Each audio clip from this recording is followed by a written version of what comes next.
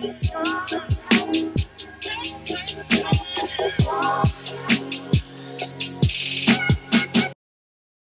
guys, Andrew McFarlane here from StartAJuiceBar.com. Hope you're feeling amazing.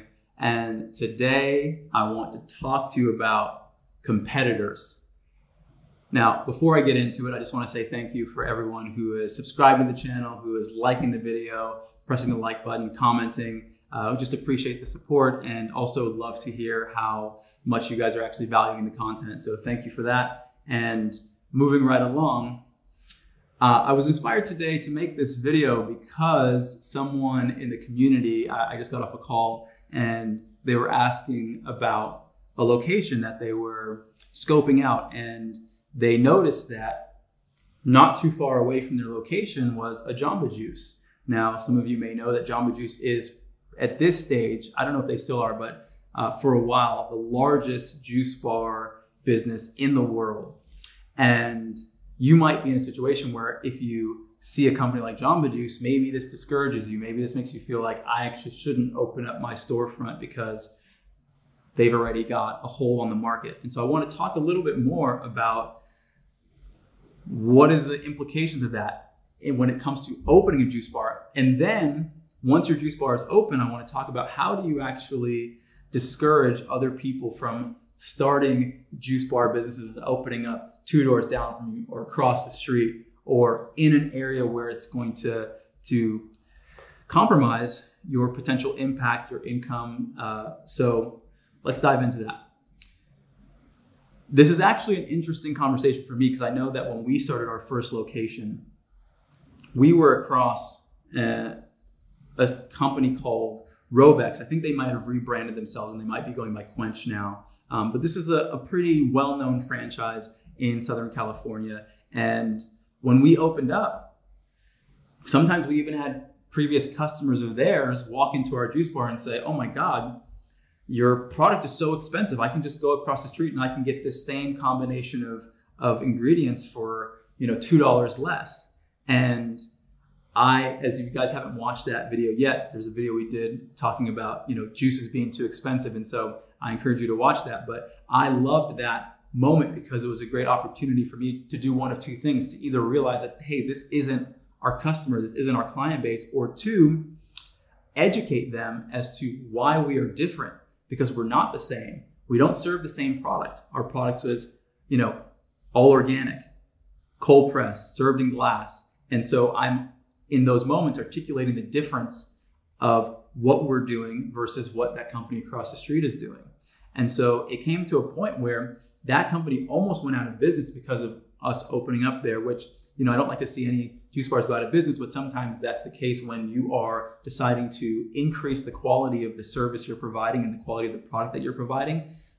That's the nature of the situation. So in this conversation that I was having with the community member today, I was saying, you have to be aware that although a company like Jamba Juice still serves juices, they still make smoothies, their customers are so different because people who are generally going to Jamba Juice are going there because they want to save money, because the drinks taste good and it's really, really quick and convenient. So these are really I also, many of you maybe going through this journey may have been a customer to companies like this. And I remember the way that I was making decisions wasn't really from a health focused place. It wasn't a health centric space. And so what I mentioned to this person is, that's actually for me in some ways a good sign. He's also in an environment that's close to a very prominent health food store, which is another key market indicator that you're in an environment that's mature or maturing,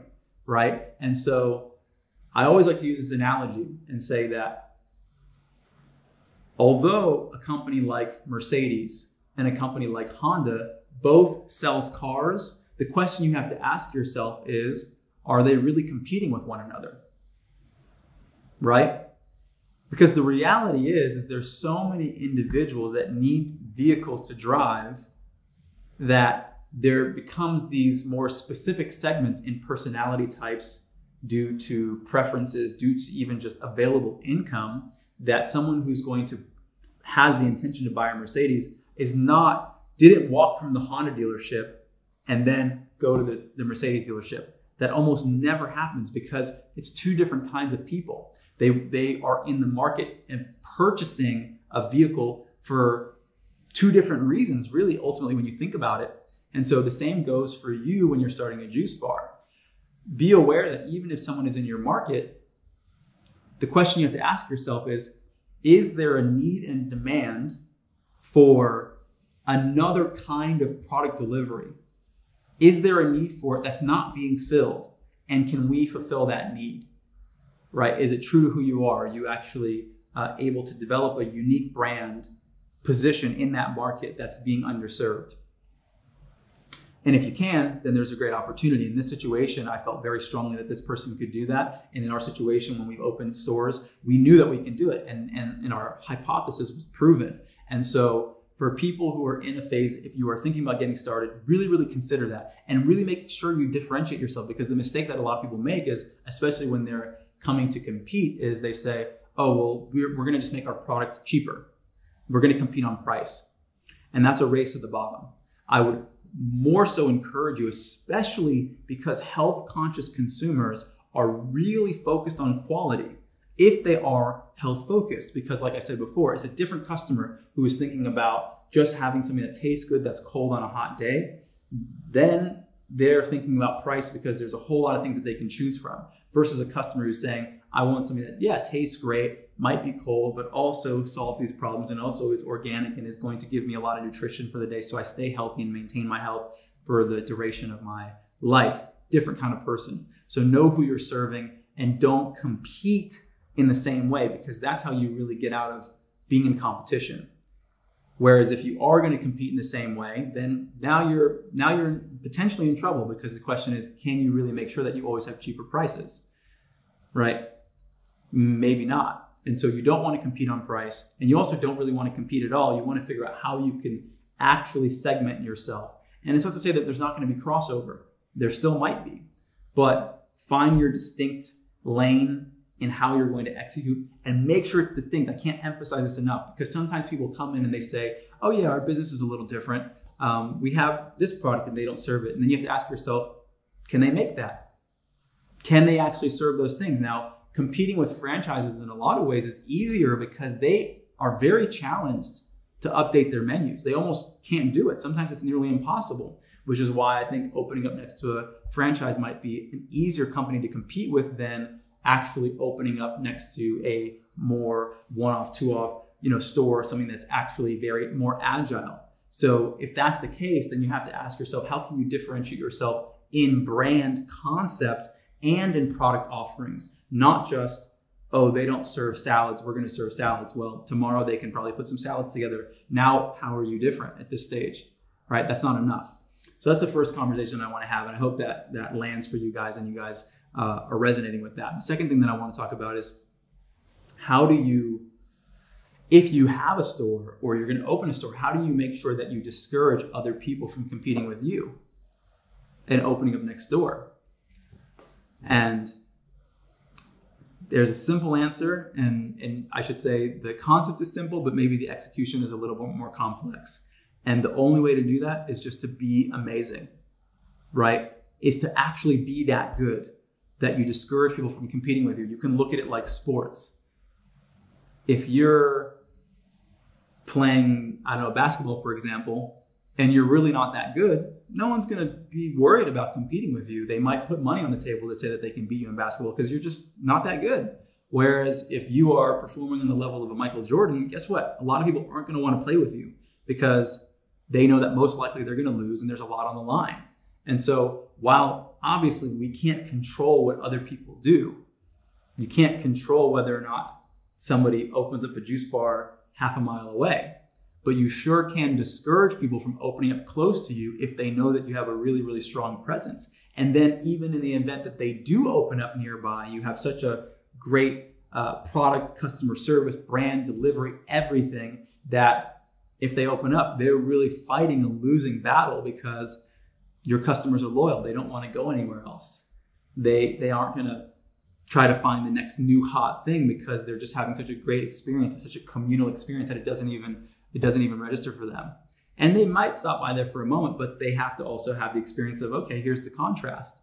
And so, making sure that you're in a good location obviously goes without saying, but even more importantly, making sure that you're executing well, executing at the highest standard, because I can't tell you how often you'll see businesses out there, and for whatever reason, I don't know if the business owners don't take their company seriously or what's going on, but I watch it and I say it's only a matter of time before someone realizes that they're going to outperform this other company, and they'll open up across the street and put them out of business because they know that they can just capture their customer base and their clientele because that company's not executing. And so this is why it's really, really important that if you're going to dive into starting a juice bar business, take it seriously.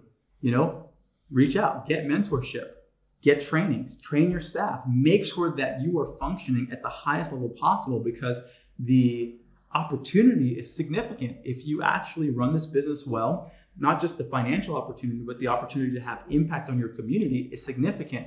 And then think, that's one store. You can open up multiple stores if you do it right. And so I hope that helps give you guys some clarity. And like I said before, no one can control the future. No one can do it. You can only discourage people from really wanting to compete with you in your environment. And then obviously, if you are in a strip mall or something else, you can get exclusivity clauses into your lease agreements. That's definitely something I would recommend that you guys do when you are negotiating your leases, if you are part of a strip mall or some other environment, and really be very specific, because that's a huge contingency in making sure that you maintain the market share that you have in that environment, because you don't want someone to open up next door that's like technically a deli, but then they're serving juices and smoothies. If you can avoid that, avoid it. So those are some things that you need to think about. And as always, if you guys do need support and you're in the verge of launching your business and you want to reach out to us, you can reach me personally at Andrew@StartAJuiceBar.com. We have a full spectrum consulting agency where we can help you with everything from developing your menu to administrative documents to training your staff and everything in between. So would love to hear from you. And if you are not subscribed to the channel, I invite you to subscribe. If you aren't watching us and following us on Instagram, I encourage you to do that as well. And if you have any questions or comments, you can put it in the comment box below. This is Andrew McFarland with StartAJuiceBar.com. Wishing you guys a lot of success, and I will see you at the next video.